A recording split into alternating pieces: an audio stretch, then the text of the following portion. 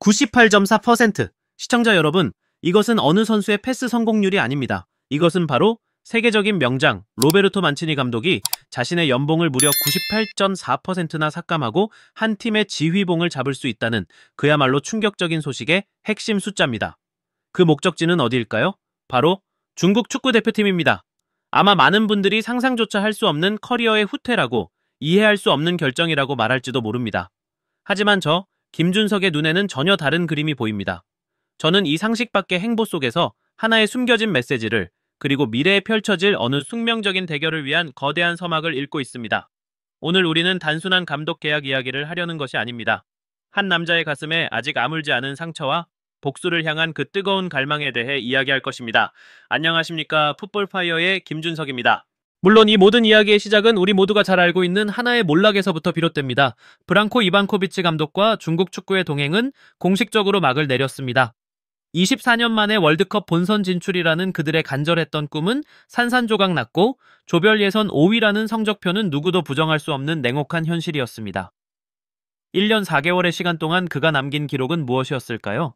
고작 28.57%라는 처참한 승률, 그리고 한때 일본에게 0대7로 무너졌던 충격적인 대패의 기억뿐이었습니다. 중국 축구의 수준을 한 단계 끌어올리겠다는 약속은 결국 공허한 메아리가 되고 말았죠.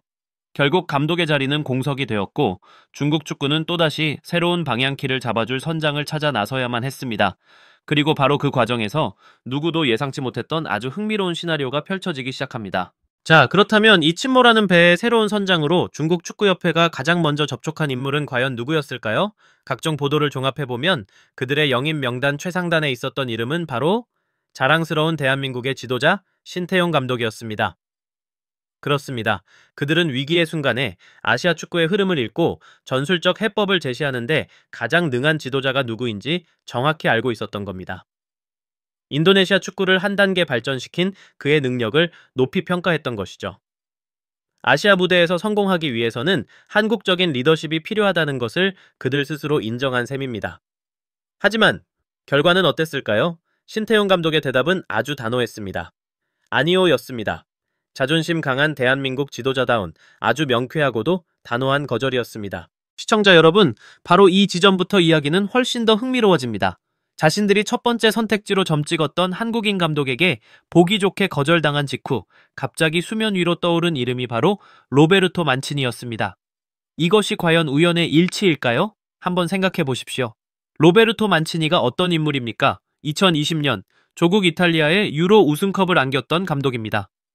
이탈리아 인터밀란의 리그 3연패를 이끌었고, 잉글랜드 맨체스터 시티에서는 그 유명한 아구에로 타임과 함께 44년 만의 기적 같은 프리미어리그 우승을 일궈냈던 그야말로 살아있는 전설입니다.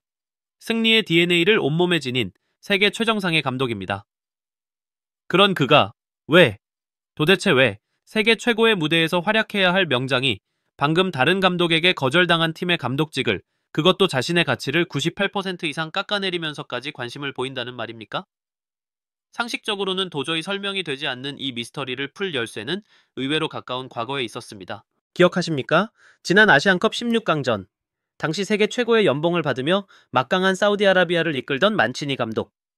그의 오만할 정도의 자신감은 위르겐 클린스만 감독이 이끌던 우리 대한민국 대표팀의 끈질긴 투지와 정신력 앞에 그대로 무너져 내렸습니다. 승부차기 끝에 당한 그 패배는 그의 화려한 경력에 지울 수 없는 상처이자 자존심에 깊은 흠집을 남겼습니다. 이제 모든 조각들이 맞춰지기 시작합니다. 첫째, 자존심에 큰 상처를 입은 세계적인 명장. 둘째, 그 명장이 이끌던 팀을 꺾은 대한민국. 셋째, 그 대한민국 출신 감독에게 퇴짜를 맞은 중국. 넷째, 그리고 이 모든 상황 속에서 갑작스럽게 등장한 만치니의 이름과 상식 밖의 연봉 삭감 제안. 결론은 하나로 향하고 있습니다.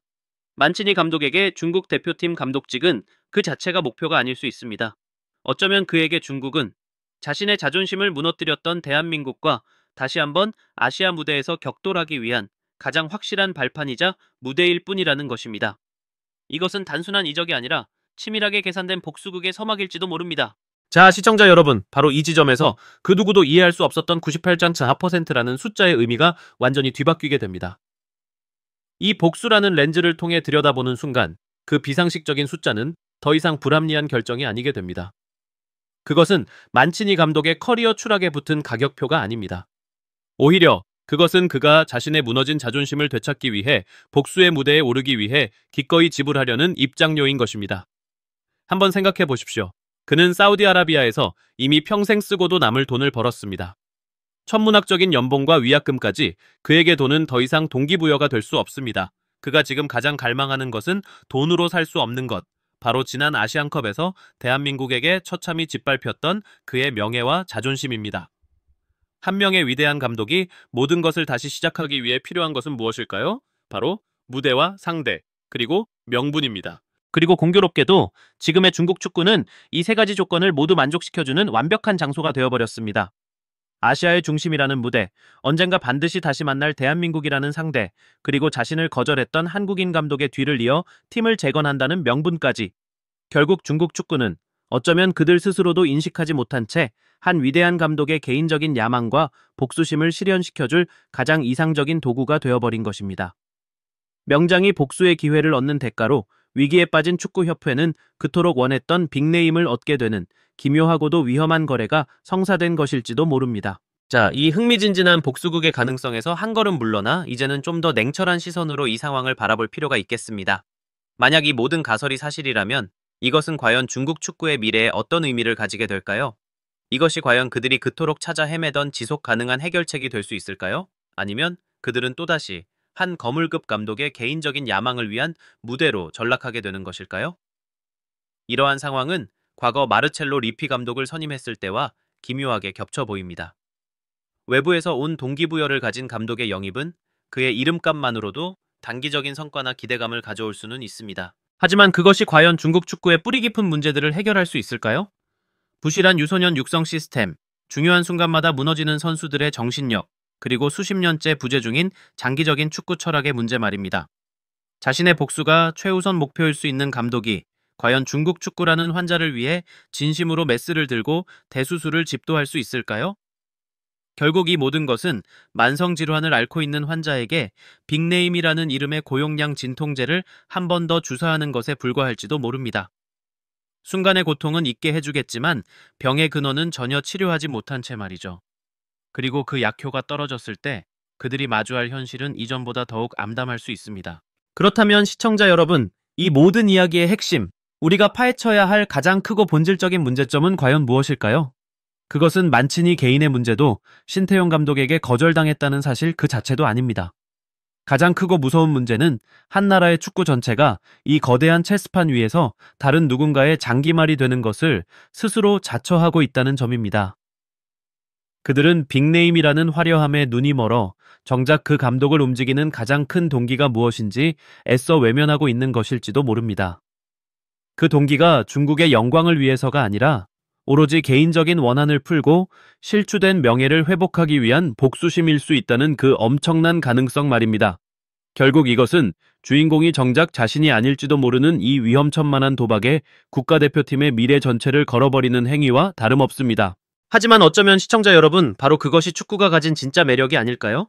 단순히 22명의 선수가 공을 차는 스포츠가 아니라 그 안에 성공과 실패, 영광과 상처, 그리고 때로는 뜨거운 야망과 복수심까지 뒤섞인 한편의 대서사시 말입니다.